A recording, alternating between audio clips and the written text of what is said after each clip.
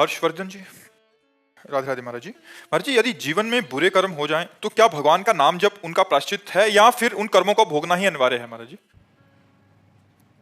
भगवान के नाम जप से तो नष्ट हो ही जाते हैं, लेकिन वर्तमान के बुरे कर्म, जो कर्म प्रारब्ध बन गया है वो भोगना पड़ेगा।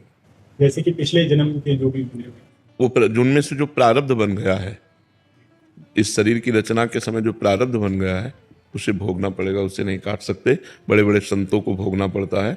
अब जैसे हम इतना डट के नाम जप करें कि पहले वर्तमान की गलतियां जो हमारी हुई इस जन्म में वो पवित्र हो जाएं, फिर पूर्व जन्म के कर्मों का जो संचित माने गोदाम जमा है वो भस्म हो जाए और प्रारब्ध को भोग लें, तब हम निष्पाप हो जाएंगे। बहुत बड़ा कार्य है। इसीलिए पूरा जीवन पाप ना करते हुए, धर्म से चलते हुए, एक एक कदम सावधानी से नाम जप करते हुए, तब वो निष्पाप हो जाता है। निष्पाप होना बहुत कठिन है, क्योंकि जब से सृष्टि हुई तब से हमारा हिसाब किताब चल रहा है और आज तक भजन नहीं हुआ। भजन हुआ होता तो हम भगवान को प्राप्त हो गए होते। अब हम भजन शुरू करेंगे तो इतना बड़ा सब पाप नष्ट होगा, तो इसके लिए हमें बहुत भजन चाहिए। हर समय उठते बैठते चलते फिरते राधा राधा राधा राधा नाम जप करते रहें तो सब ठीक हो जाएगा। पर प्रारब्ध भोगना पड़ेगा। प्रारब्ध का मतलब समझ रहे ना? नहीं, मतलब समझ नहीं पा रहा। प्रारब्ध 3 प्रकार के कर्म होते हैं।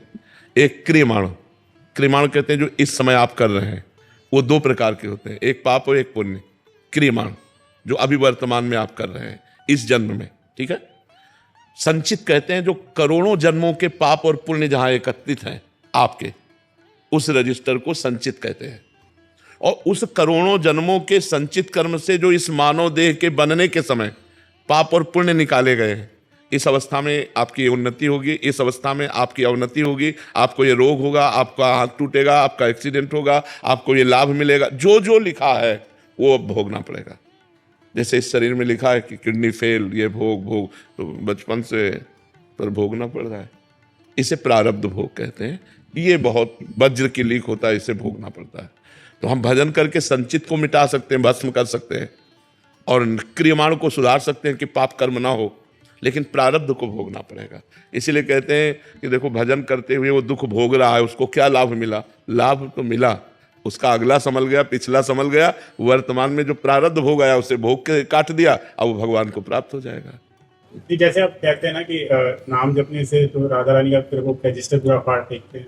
हाँ, तो वो रजिस्टर को संचित कर्म, रजिस्टर को संचित कर्म, अभी आप ध्यान से सुनो, अभी कहा ना, जो हमारा पुराना रजिस्टर जमा है कई जन्मों का, उसे संचित कर्म कहते हैं। वो नष्ट हो गया।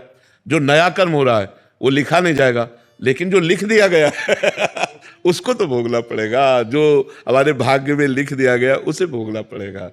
जो तूणीर में बाण है वो नष्ट कर दिया गया, जो चढ़ा दिया गया वो उतार लिया गया, लेकिन जो धस गया छाती में जाके, अब वो तो अपना काम करेगा ना।